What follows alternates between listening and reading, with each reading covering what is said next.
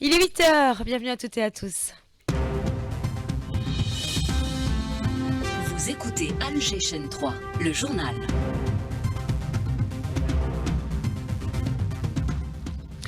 Le journal tout de suite présenté par Fazia Elkens. Bonjour Fazia.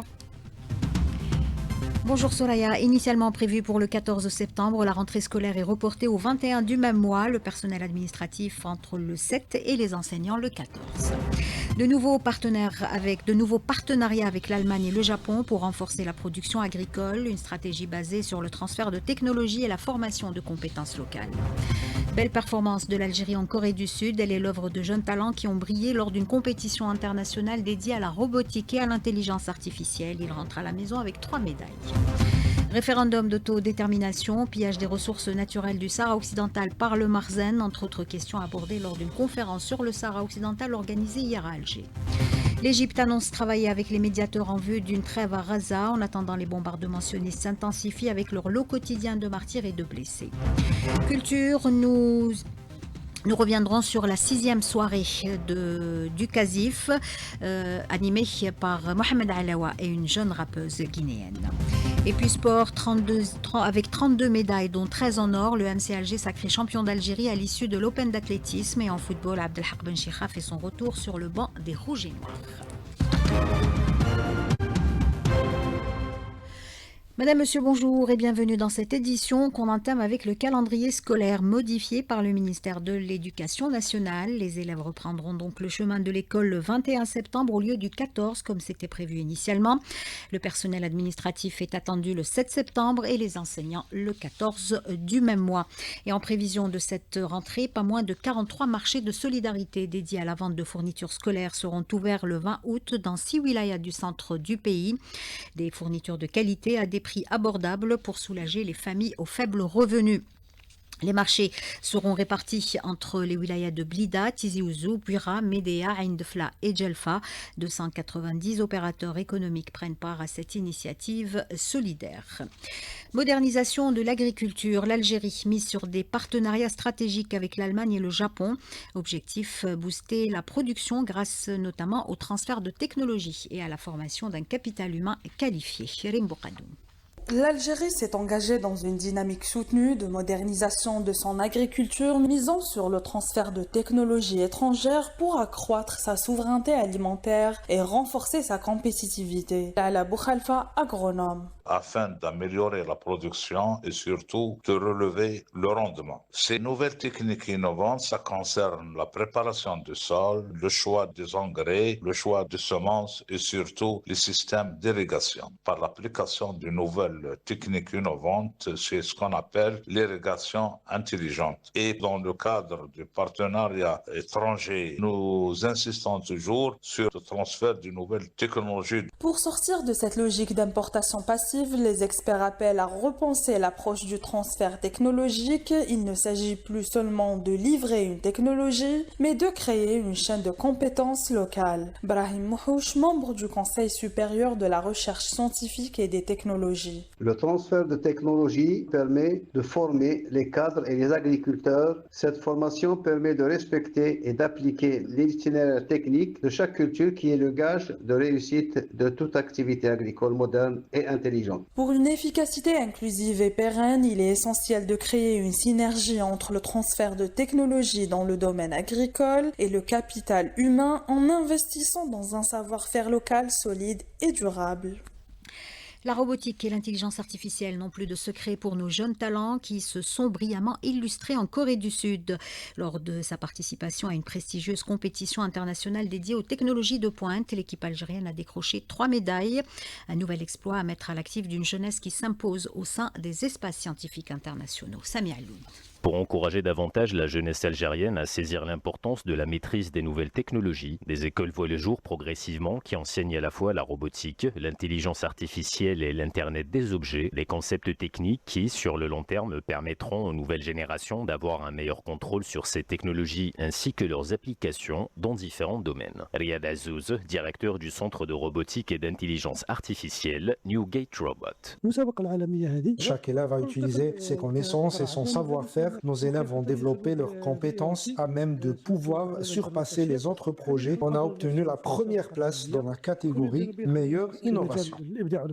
Les lauréats, de retour au pays, expriment leur joie et fierté. ربحنا مرتبة ذهبية في البروجي تاع ميديكارت نروبو يغومبلاسي لانفيرمي في المستشفيات. حصلت على المركز الثاني عالميا هذا العام والعام الفائت في المركز الأول. مشروع فرز ونقل النفايات كاميرا بالذكاء الاصطناعي. هذا الروبو يعمل بتقنية الرؤية الحاسوبية عبارة عن حديقة حيوانات ذكية متكونة من 3 روبوت. الروبو الأول ينقل الماكلة ولا أدوية ولا أي حاجة يحتاجها الحيوانات وفيه روبو ثاني اللي هو حوض أسماك ذكي والروبو الثالث فيه قفص حيوانات ذكي وكاع مربوطين بالابليكاسيون. Une participation qualitative qui s'inscrit dans la stratégie du secteur de l'éducation nationale qui consiste à accompagner et encourager les jeunes innovateurs à développer leurs talents scientifiques tout en renforçant la présence de l'Algérie dans les écosystèmes scientifiques et technologiques internationaux.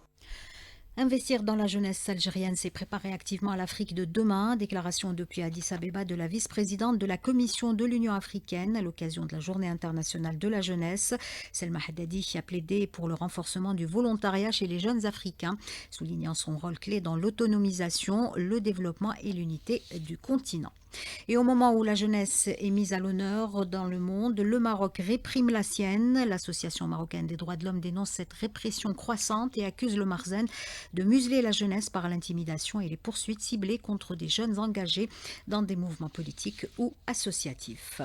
Référendum d'autodétermination, pillage des ressources naturelles du Sahara occidental par l'occupant marocain et ses complices occidentaux, entre autres questions abordées lors d'une conférence sur le Sahara occidental organisée hier à Alger.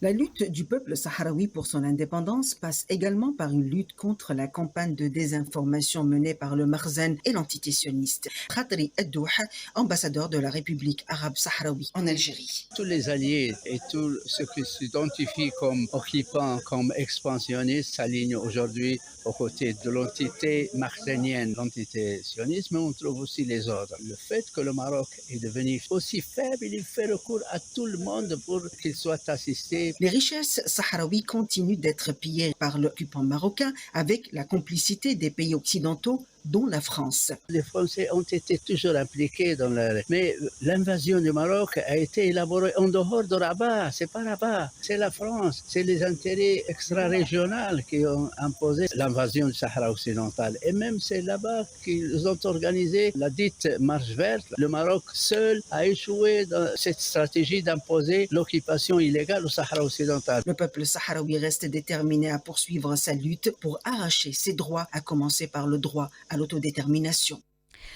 Et le Centre d'analyse du Sahara occidental exhorte la France à respecter scrupuleusement le droit international et européen, mettant en garde contre toute complicité dans le pillage des ressources naturelles du peuple sahraoui ou de violation de son droit à l'autodétermination. Les appels se multiplient pour mettre fin aux souffrances des Razaouis. Après l'ONU qui a averti du risque d'une famine généralisée, l'Union européenne et 24 autres pays dénoncent une détresse humanitaire sans précédent, appelant à agir de manière urgente pour y mettre fin. L'occupant sioniste intensifie ses bombardements. Chaque frappe fait des dizaines de martyrs. 69 ont été dénombrés ces dernières 24 heures. 300 blessés également. Ajoutez à cela 5 personnes qui ont succombé à la faim.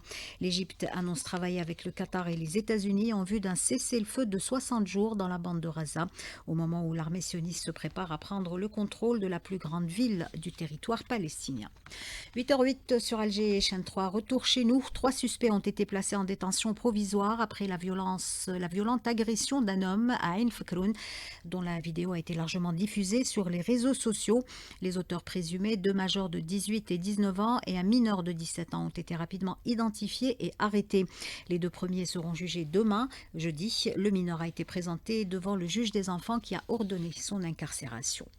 Direction Mostaganem, où un nouvel espace, la place de la Palestine, récemment inauguré, est devenu la destination privilégiée des Mostaganémois en ces soirées estivales, nous dit Yamina Hamdout. C'est une véritable bouffée d'oxygène pour les habitants et les visiteurs de Ben Abdelmalek Ramadan. À quelques pas seulement de la mer, la place de la Palestine offre un décor soigné, une ambiance conviviale et un lieu de rencontre pour toutes les générations. Lampadaires économiques, bancs, espaces verts, jeux pour enfants et kiosques, tout a été pensé pour que familles et visiteurs puissent profiter de moments agréables du matin jusqu'à la tombée de la nuit. بلاصه زينه داروها لنا نريحوا فيها كنا بكري في الصيف نقعدوا غير في الديار الحمان دروك الحمد لله اللي ما عندهاش لوطو باش يروح للبحر يجي غير هنا راها في البحر ما كانش عندنا وين نريحوا هذه البلاصه كانت فيها الاوساخ وكانت مهمله ومتروكه وشكر كاع اللي وقفوا كاع اللي خدموا وكان اللي ما يروحش للبحر يجي يريح غير هنايا وما فيها حتى نقائص. جيت من تيزي وزو جيت عند حديقه ويليس قالوا لي جاي شادنا البلاصه جينا مع خويا ونقولوا للمواطنين لازم تحافظوا عليها. La place de la Palestine s'impose déjà comme un nouveau pôle de détente et de loisirs accessible à tous et vivant toute l'année. Un atout supplémentaire pour renforcer l'image de cette commune comme destination incontournable. De Mostaganem, Yamina Hamdoud, Alger 3. Du sport, avec 32 médailles, dont 13 en or, le MC Alger sacré champion d'Algérie à l'issue de l'Open d'athlétisme qui a pris fin hier. Le palmarès complet avec Malik Louahla. Les athlètes du Mouloudia d'Alger ont largement dominé ces championnats nationaux d'athlétisme en remportant pas moins de 32 médailles, dont 13 médailles d'or, loin devant le CR Belouizdad qui a occupé la seconde place avec 18 médailles, dont 8 médailles en or. Et la troisième place du podium a été arrachée par le GS Cossider avec 17 médailles, dont 5 médailles en or. Et cette dernière journée de compétition a été marquée par un excellent concours du triple saut messieurs qui a été remporté par Yessel Triki du CR Belouizdad avec 17,29 à son second essai, soit sa meilleure marque de la saison. Et Yessel Triki justement nous parle de son nouveau titre national. C'est un season best pour moi, 17-29. C'est un bon signe vu qu'il ne reste pas beaucoup de temps pour les championnats du monde. Inch'Allah, on serait prêt pour les championnats du monde et Inch'Allah, on gagne une médaille. C'était un peu compliqué, mais maintenant là, ça fait 1 mois et demi que je bénéficie des stages à l'étranger. Alhamdoulilah. Inch'Allah, on continue comme ça et Inch'Allah, tout va bien. Il y a eu également le nouveau sacre national de Zahra Tatar au lancer de marteau féminin qui a remporté le concours avec un jet mesuré à 67,57 m. Par ailleurs, le 400 mètres et messieurs a été remporté par le Mouloudéen Abdelmalek Lahoulou en 49 secondes et 92 centièmes. Et les championnats se sont achevés en apothéose avec la victoire de l'équipe du MC Alger au relais 4x400 mètres. Et du football également avec les résultats des rencontres du CHAN disputées hier, le recrutement au Paradou AC et Abdelhak Ben Chikha qui retrouve le banc des Rouges et Noirs et c'est avec Nassima Djaoud. Abdelhak Ben Chikha retrouve l'USM Alger, un club avec lequel il avait remporté la Coupe et la Supercoupe de la CAF saison 2023-2024. Ben Chikha avait rejoint par la suite Simba de Tanzanie en 2024, il avait remporté la Coupe de Tanzanie, puis il avait rejoint la JSK, il avait démissionné en janvier 2025. Ben Chikha devient en février 2025 entraîneur de la formation égyptienne de Modern Future Football Club. Il a réussi à sauver le club de la relégation. L'USM Alger entamera la saison 2025-2026 face à la jeunesse sportive de Kabylie lors de la première journée de la Ligue 1 qui débutera le 21 août. Abdelkrim Namani s'est engagé pour un contrat de 3 saisons avec le Paradou en provenance de l'USM Alger. La deuxième recrue du Paradou, le défenseur ivoirien Samba Koné, âgé de 23 ans, il vient de Djikanou de Côte d'Ivoire. Le Paradou Athletic Club entamera la saison 2025-2026 à domicile face à l'AS Ochlef lors de la première journée. Enfin, le CHAN, dans le groupe B, le Sénégal et le Soudan se partagent la première place du groupe. Le Sénégal a été tenu en échec hier par le Congo, 1 but partout. Le Soudan a battu le Nigeria 4-0. Cet après-midi, 4e journée du groupe B, Madagascar affrontera à 15h la République centrafricaine et la Mauritanie sera opposée à 18h au Burkina Faso. Dans ce groupe, c'est la Tanzanie qui est déjà qualifiée au quart de finale. L'équipe algérienne jouera son prochain match vendredi 15 août à 15h face à la Guinée. De la culture pour terminer, retour sur la 6e soirée du festival Été en musique qui se déroule au Casif de Sidi Fradj, une soirée animée par Mohamed Alawa et une jeune rappeuse guinéenne, Hanel Seissi. À guichet fermé, le théâtre du Casif a vibré au rythme de 2 prestations musicales exceptionnelles. Sur scène, 2 univers, 2 voix, mais une même énergie. En levée de rideau, la pétillante chanteuse guinéenne Miss Kalakala, avec ses sonorités extraites des couleurs musicales du château d'eau de l'Afrique de l'Ouest, la Guinée, et sa présence magnétique avec sa troupe de danseurs. L'Algérie, c'est un pays merveilleux. Tout le monde est heureux. Je trouve que c'est un magnifique public, un magnifique Fit Peuple. On essaye de mettre la Guinée en avant parce que c'est de là qu'on vient. Essayer de s'ambiancer en même temps parce que moi, la musique, c'est pas seulement les mots. On a du Namouni qui vient des Soussous. On a du Tiabala qui vient de la forêt. Ça, c'est chez moi. Voilà, ça, c'est des musiques traditionnelles. On est plus enracinés. Autour de Mohamed Allawa, l'incontournable de la chanson kabyle, de clore la soirée en beauté. Sincèrement, je suis très ému, très content. Il y avait un grand public. Et sincèrement, je m'attendais à un public, mais pas aussi un grand public.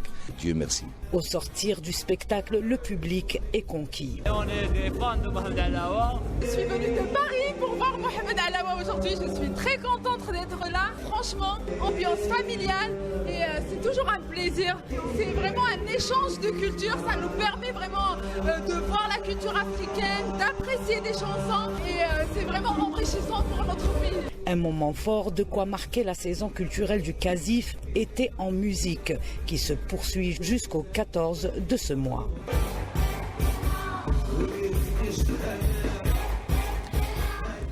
8h15 sur Alger, chaîne 3, c'est la fin de ce journal réalisé par Aïssa Abdelrahman. Morad était à la console technique, Nesrine à la régie d'antenne et Yassine au streaming vidéo.